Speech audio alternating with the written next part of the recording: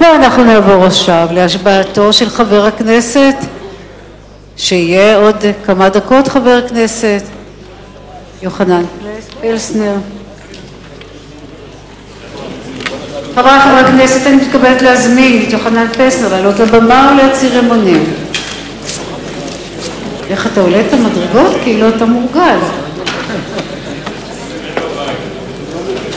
אני מתכבדת להודיע לכנסת שעל פי סעיף 43א לחוק יסוד הכנסת, עם התפטרותו של חבר הכנסת שלמה ברזניץ מן הכנסת, שנכנסה לתוקפה ביום חמישי ט"ו בתשרי 27 בספטמבר, יבוא במקומו מר יוחנן פלסנר מסיעת קדימה. בהתאם לסעיף 15 לחוק יסוד הכנסת, אני מזמינה אותך, אני אקרא בפניך את הצהרת האמונים של חבר הכנסת ואתה תשיב מתחייב אני. וזה נוסח ההצהרה. אני מתחייב לשמור אמונים למדינת ישראל ולמלא באמונה את שליחותי בכנסת. מתחייב אני. עכשיו, אם אתה ממש רוצה, אני יכולה לתת לך לדבר קצת. יש לך אומץ? אתה לומר שתי משפטים? אדוני, כבוד נשיא המדינה. אתה יודע, זה נדיר שנשיא המדינה נוכח זה הכבוד. אני מוכרחה לומר שזאת הייתה הצעה של חבר הכנסת גדעון סער, שהיה לארג' מאוד בעניין הזה, ואנחנו קיבלנו את הנוכחות המלאה, ויש לך ראש ממשלה ושרים, בטח זה לא קורה, והצלחה שיהיה לך. אתה רוצה לומר כמה מילים? תודה רבה, גברתי יושבת ראש הכנסת, כבוד נשיא המדינה, אדוני ראש הממשלה, חבריי השרים, חברי הכנסת, בני משפחתי האהובים שנמצאים פה. איפה הם? בהצלחה.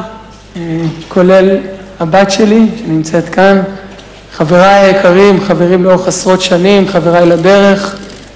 אני מודע לאחריות שהיום אני מקבל על עצמי כחבר בבית הזה במבצר הדמוקרטיה הישראלי, ואני מקווה לא לאכזב אתכם חבריי, אתכם חברי הכנסת, ולא את עצמי, לעמוד בציפיות, לעזור לקדם הכרעות לאומיות נחוצות לעם ישראל, ותודה רבה.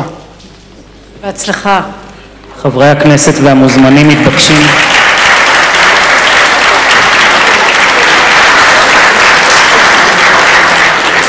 חברי הכנסת והמוזמנים מתבקשים לקום ליציאת כבוד הנשיא. כבוד הנשיא.